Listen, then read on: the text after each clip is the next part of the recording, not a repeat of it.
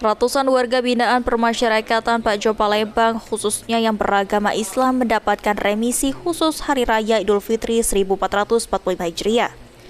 Dari 721 warga binaan yang menerima remisi khusus, ada 2 dinyatakan bebas, yakni Ahmad terjerat kasus pencurian dan Peter Mustaqim yang terjerat kasus narkotika, namun kini masih jalani hukuman subsidiar.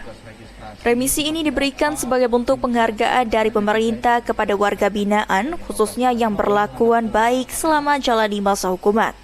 Secara umum disampaikan David Rosehan hanya 1 warga binaan yang bebas di Hari Raya Idul Fitri, karena 1 lagi masih menjalani hukuman subsidiar. Mengikuti sholat Idul Fitri pada pagi hari ini sebanyak 350 orang warga binaan, dan yang mendapatkan remisi itu sebanyak 221 warga. Untuk yang bebas hari ini ada berapa nggak? Alhamdulillah langsung bebas hari ini 2 orang, namun yang 1 karena ada menjalani subsidiar, jadi yang langsung bebas itu 1 lagi menunggu dia menjalani subsidiar. Selama menjalani hukuman, khususnya pada bulan suci Ramadan lalu, warga binaan Rutan Pak Jo menjalani sejumlah kegiatan yang telah disusun oleh petugas Rutan Pak Jo.